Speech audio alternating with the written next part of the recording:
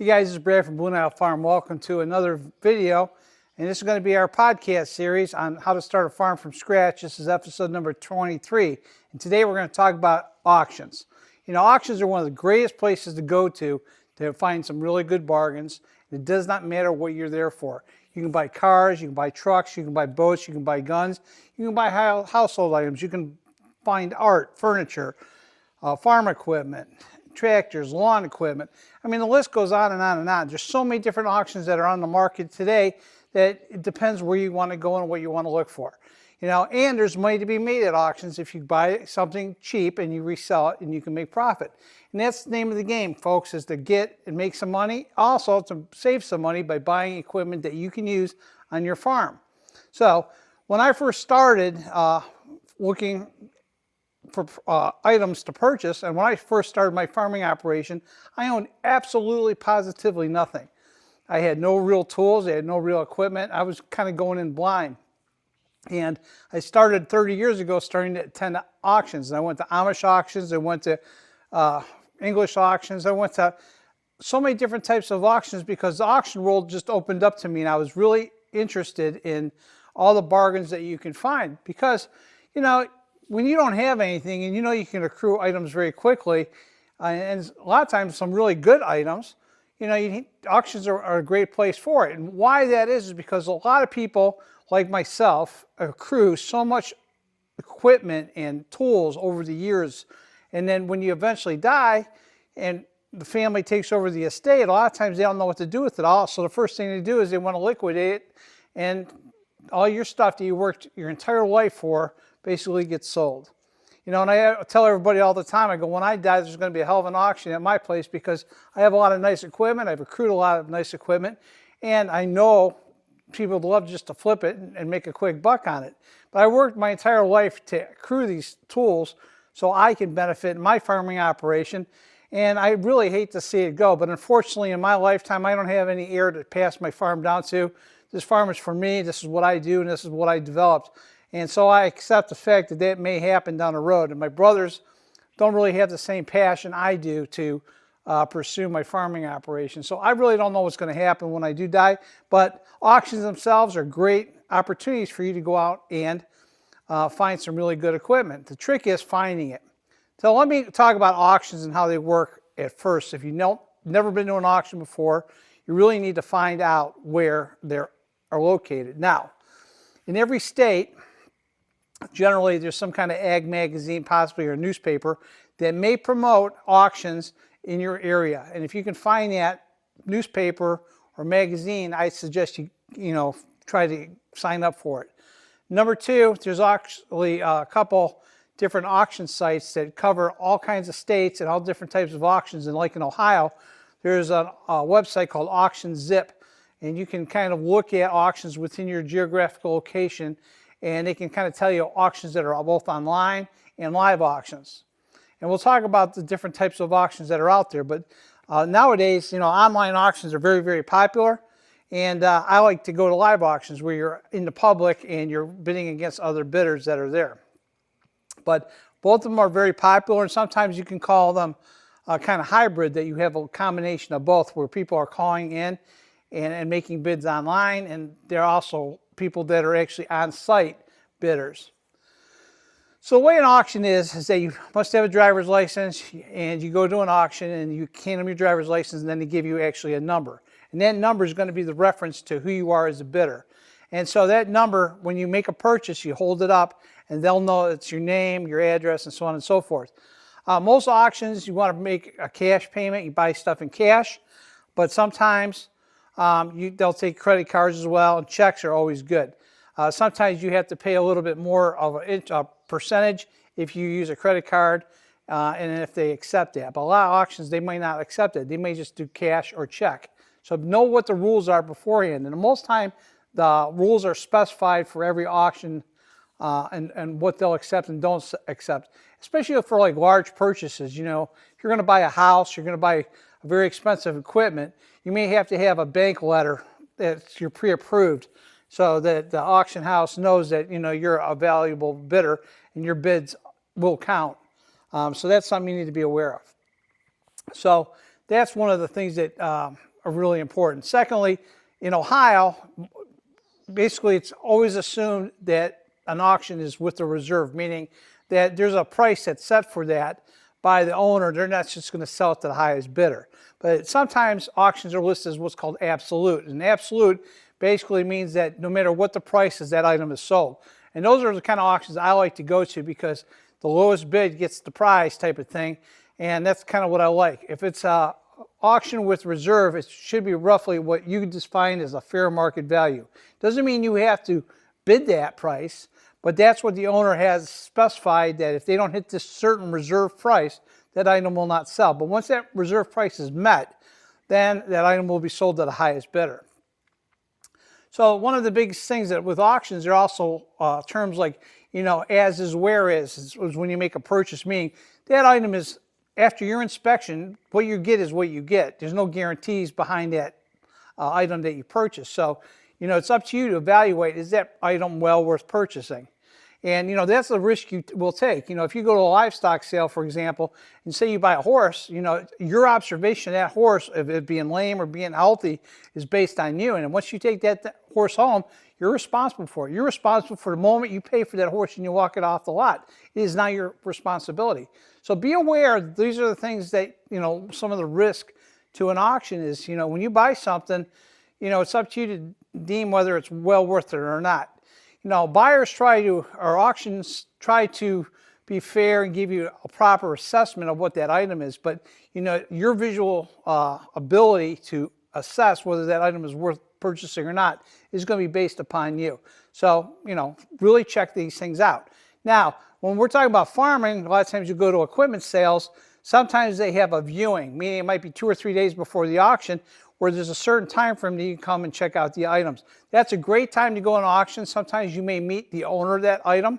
Say it's a farm auction, the family farm is being up for sale, and maybe household members may be there and they can answer questions that you may have about a specific tractor or plow or disc or whatever the equipment is that you may be interested in. And you might get a little bit of history about that piece of equipment and, a little bit more knowledge than you would at an auction, because a lot of times at an auction, they'll just describe the item and boom, the auction, it's up to however the bid takes off. But if you can actually talk to an owner about a tractor, its history, engine, problems, money they put into it, that's a little bit better. So that's why it's really good to go to these viewings. For example, I want to buy an excavator, which is my best and largest purchase I've ever made at an auction, and I bid it up and went to $50,000.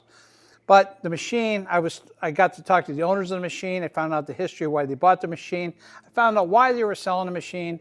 And I found out, they kind of took care of the machine. And I found out the history of, it was a governmental machine that basically probably ran idle for many, many hours. But the thing ran great, didn't really need much work, and it was well worth the purchase. So, and the condition it was in, it was really nice. So I was happy with that. And I know that if I was trying to find the same type of machine, from a private seller or from a dealer, it would either cost me a lot of money or it's going to be a hard search. So I was very happy with my purchase. And this is where we're getting into being an informed buyer. When you go on an auction and you make a purchase, and I don't care what the item is, make sure you do your homework before you go. Be knowledgeable. If you're interested in buying hay rakes, know about hay rakes, know about what you're looking for, know the brands, find out what the going rate is or the price of that piece of equipment, because you want to walk in educated, because nothing worse than, and I've seen this at auctions where people pay more than what a price of an item would be if it's new or even close to a new price. So all it takes is 2 people to bid a price up. So it's very important for you to kind of be knowledgeable and know when to stop. Because it's really easy just to nod or pop your hand up and acknowledge to the auctioneer that you have an interest, because they'll run you right up really quick. And all of a sudden, before you know it, you'll be like stuck holding the bag. And also, a lot of times at auctions, people run each other up. It's kind of like a game, seeing, let the other guy pay the higher price. But auctions are a very fun experience. And, a lot of people like to go to auctions because of it being more of a fun experience, and you kind of like have to think. And then one of the keys to an auction when you do go is, a lot of times when you go to an auction, you're either going for a specific item, but if you're going just because you're interested in what that farm has to sell, you need to kind of have a preconceived idea or a future plan saying, well, if I buy this today, I'm going to use it tomorrow.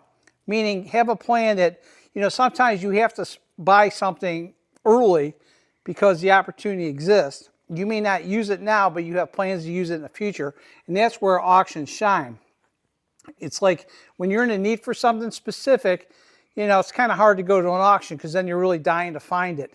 Like for me, I've been looking for an offset disc for years, and I still haven't found the offset disc that I'm looking for and the size that I'm looking for. And I keep thinking I'm going to find one in an auction. It's never going to happen. But on the other hand, I know if I can find a new one or a used one that somebody's selling, if it's in my price range, maybe it'd be something worth me investing the time to go get it and to check it out. But I haven't really found what I'm looking for yet, and so the search is still on. But auctions are great places. Now, probably one of the biggest negatives I have with the auction are basically two things.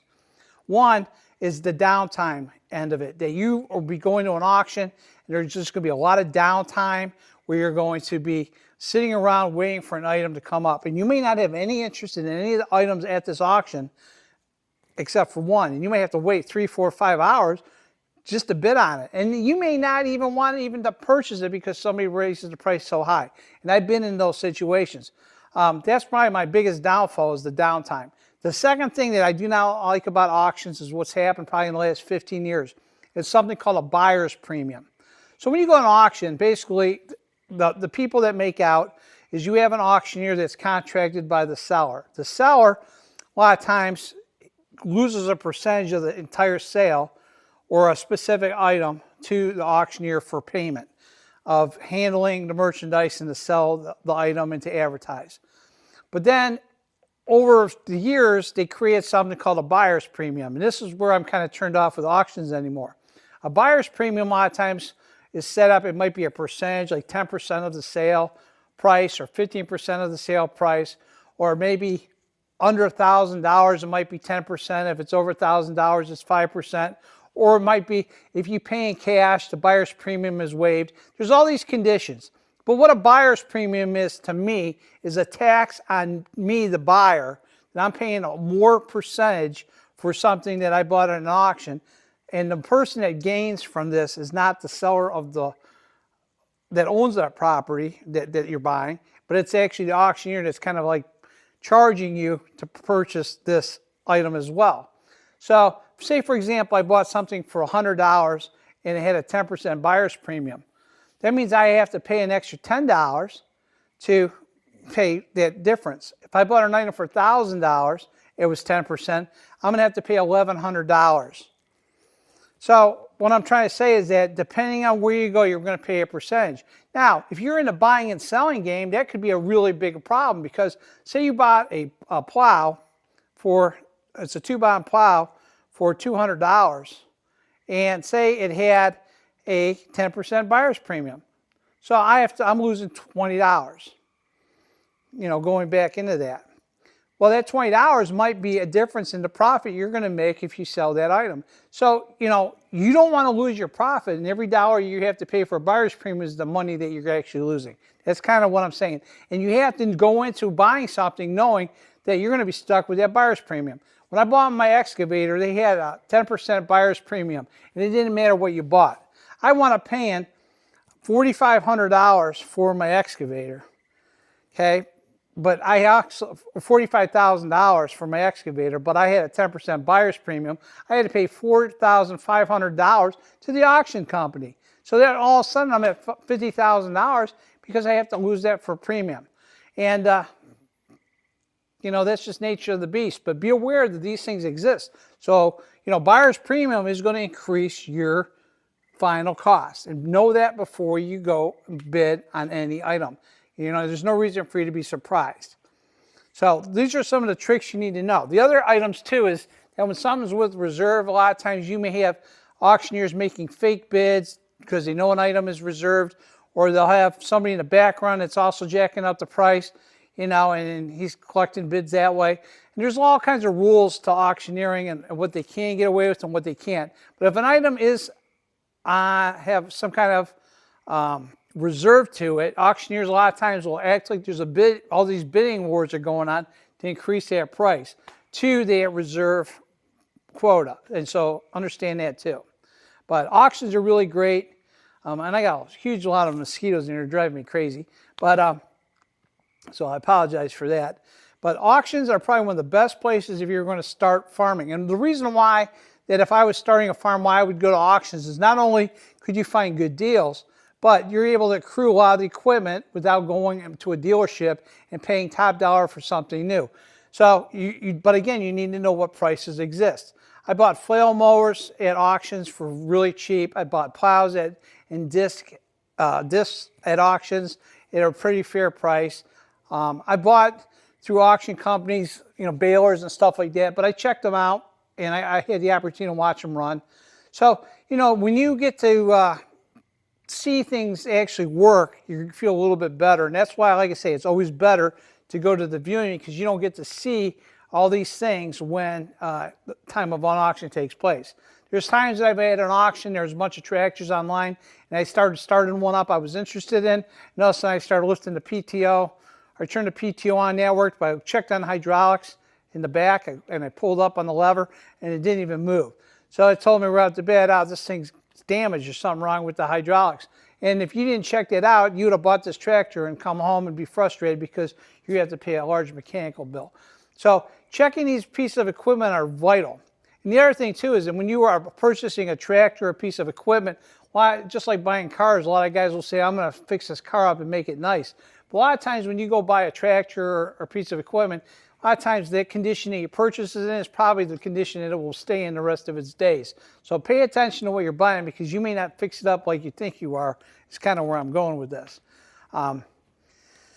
But I can't say enough about auctions. It doesn't really matter what your hobby is. If you're into baseball cards, if you're into coins, I mean, I'm telling you, there is an auction for somebody everywhere. Now, there are online auctions too nowadays so that, like I said, that you can actually, instead of waiting at a place, you can actually go down to, say, the review, look at a piece of equipment and say, I like this tractor.